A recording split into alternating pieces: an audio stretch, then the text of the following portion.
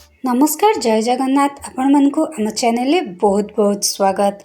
दर्शक बंधु आपण मानकर बहुत रिक्वेस्ट आसला जानिबा पई कि घरे किपरि आमे मोटा दही बसई पारिबा। तो सेति पई आज आमे नहीं आछो आपण को रिक्वेस्ट रे ए वीडियो। आपण माने जानचंती दही आम शरीर पई केते उपकारी होइताय। यह आम शरीर को ठंडा रखिबा सहित पेट जनित समस्या को दूर करिताय। जेहेतु एथिरे अछि प्रोबायोटिक्स जोटा आम शरीर रे गुड बैक्टीरिया को बढ़ाइबा पे सहायक होइताय।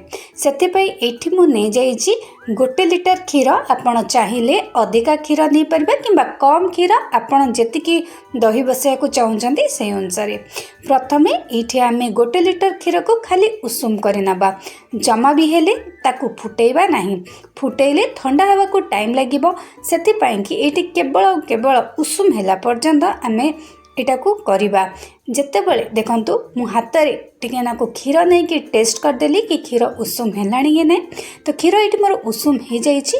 एठी मु गोटे माटीर पात्र नैची जो थरे प्रथमे एई क्षीर तक सबु ऐड करिके ताकू रेस्ट करिया को रखि देबी।